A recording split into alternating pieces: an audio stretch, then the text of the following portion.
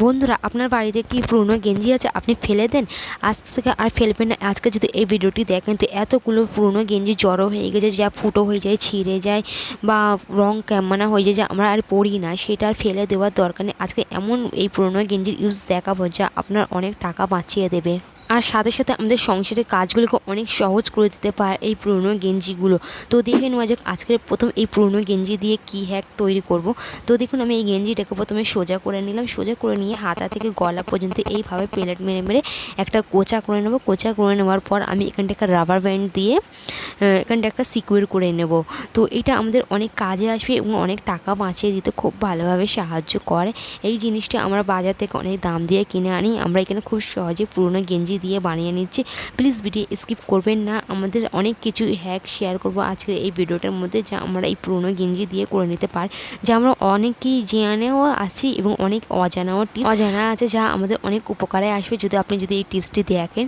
তো দেখেন, এটাকে আমি ভালো করে উল্টো করে নিয়েছি। তারপর এর মধ্যে আপনি কি করবেন, আপনার কাছে যদি কোনো পুরনো জামা কাপড় আছে বা কোনো নতুন জামা কাপড় যদি থাকে, আপনি যদি ইউজ করে রাখতে পারেন, তো এইভাবে এর ভেতরে ফেলে দেবেন, এর ভেতরে দিয়ে দিন যত পুরনো জামা কাপড় আছে বা আরও বালিশের কভার বা পুরনো ছেঁড়া চাদর যদি থাকে, তো এর মধ্যে দিয়ে দিন।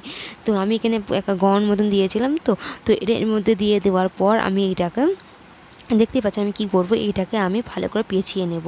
তো ভালো করে পেঁচিয়ে নেবে, সুন্দর একে রাউন্ড শেপ হয়ে আসবে এই পুরনো গেঞ্জিটা দিয়ে। খুব সুন্দর লাগছে দেখতে, ক্যামেরার চেয়ে বেশি দেখতে। তো এইটা আপনার তৈরি হয়ে গেলে একদম একটা কুশন, কোনো রকমের কাটা সেলাই ঝামেলা ছাড়া আপনি খুব সহজে বাড়িতেই বসে একটি কুশন তৈরি করে নিতে পারেন। এইটা আপনি আপনার সোফায় দিতে পারেন, কিংবা বা পালঙের কাছেও রাখতে পারেন, কিংবা বাচ্চাদেরকেও বসার জন্যও দিতে পারেন। তো এইটা আশা করি টিপসটি ভালো লেগেছে। প্লিজ ভিডিওর সঙ্গে থাকবেন, আগে আছে আরও নানান টিপস যা আপনার অনেক উপকারে আসবে। চলুন দেখে নেওয়া যাক পরবর্তী টিপস এই গেঞ্জি দিয়ে। তো দেখতে পাচ্ছি এই মিক্সার আমাদের প্রত্যেকেরই বাড়িতে আছে, রান্নাঘরে ইউজ করার কাজে লাগে, অনেক কাজে আসে। মিক্সার না থাকলে আমাদের সংসারের কাজ অনেকটাই কঠিন হয়ে যায়, তাই না? তো এই মিক্সারটা ডেলি ইউজের ক্ষেত্রে কী হয়, অনেক নোংরা ময়লা জমে যায় এবং কিচেনে থাকার কারণে এর ওপরেও অনেক মশলাপাতি পড়ে নোংরা ময়লা জমে যায়। তো আপনি কি করলে যে আপনার এটা একদম চকচকে পরিষ্কার থাকবে এবং কাজও অনেকটাই কমবে। তো দেখুন, এখানে আমি একটা পুরনো গেঞ্জি নিয়েছি। এই ধরনের বাচ্চাদের গেঞ্জি তো কম বেশি আছেই, তাই না, প্রত্যেকের বাড়িতে। তো এইটাকে আমি এই গেঞ্জিটাকে আমি আর কোনো রকমের এখানটা কোনো রকমের কিছু করবো না, জাস্ট এই গেঞ্জিটাকে এই মিক্সারের উপরে পরিয়ে দেবো। কোনো রকমের কাটা সেলাই গিটি পাতা ছাড়াই আমি এটা এইভাবে পরিয়ে দেবো। এইটা পুরো একদম কাভার হয়ে আসবে। দেখুন আমি কীভাবে পরাচ্ছি, আমার বলার চেয়ে বেশি আপনি দেখে বুঝতে পারবেন।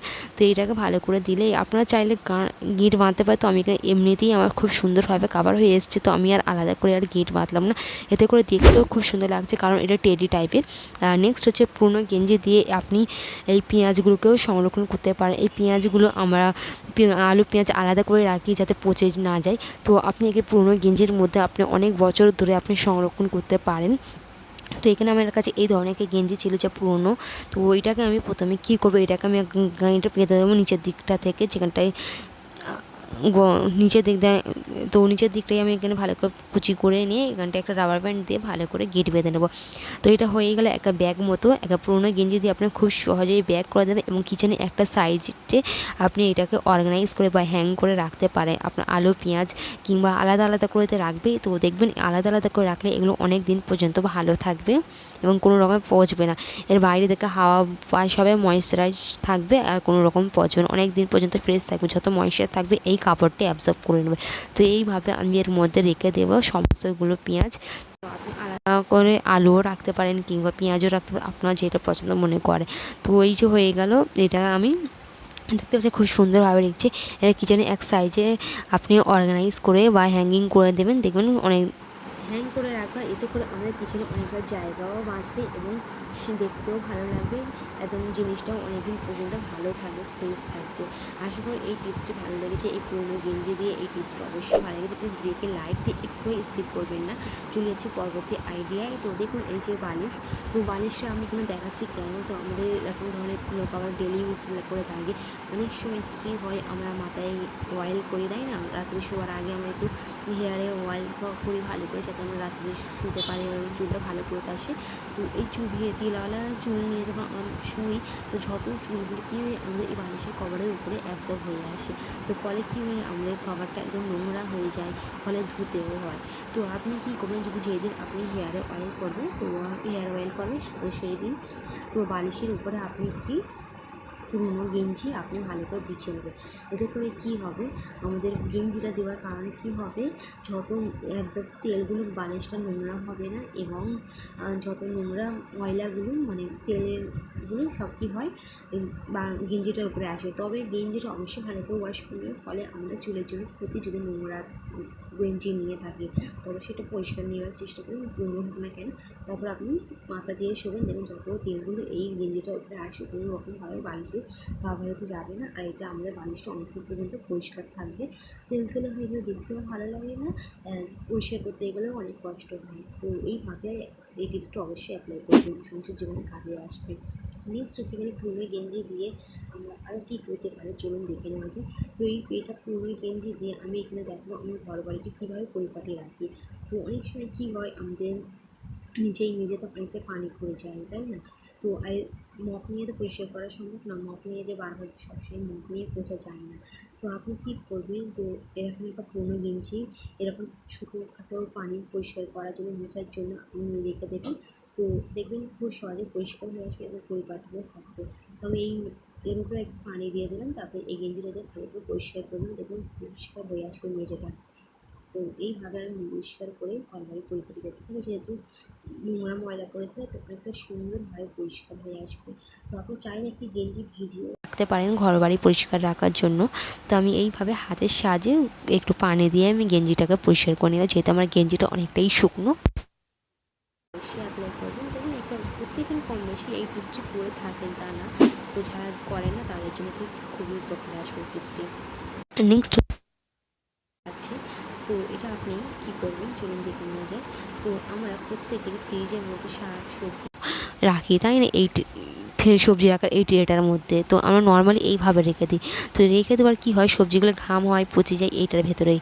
তো আপনি কী করবেন, এই ফ্রিজ যখন খুলি তো সবজিটার মধ্যে একটা ঘাম এসে যায়, ফলে কী হয়, পচে যায়, নষ্ট হয়ে যায়, আমাদের এইটাও নোংরাও হয়ে যায় এই র্যাকটা।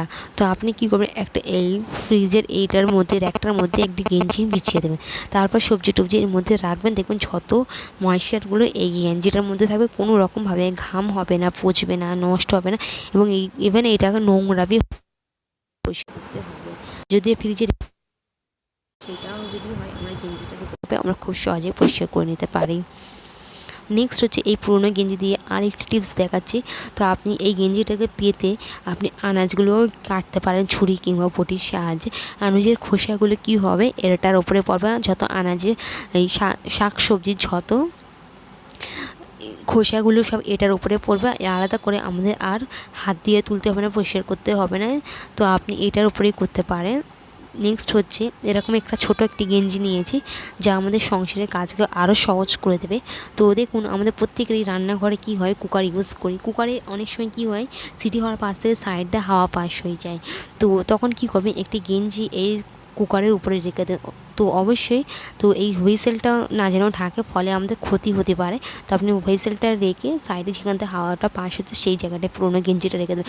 আর অতি অবশ্যই নিচের দিকে দেখবেন যাতে গেঞ্জিটা না যায়। তো যেহেতু গ্যাসের চুলাটা জ্বলছে, তো আপনি একটু উপরের দিকেই ভালো করে ভাঁজ করে রাখবেন, আর হুইসেলটাও একদমই চাপা দেবে না, এইসব দেখে নেবে। এছাড়া এরকম পুরনো গেঞ্জি দিয়ে গরম পাতিলা ধরবার জন্যও ব্যবহার করতে পারেন। আশা করি আজকের এই টিপসগুলো ভালো লেগেছে। প্লিজ চ্যানেলটাকে সাবস্ক্রাইব করে আমাকে সাপোর্ট করতে পারেন।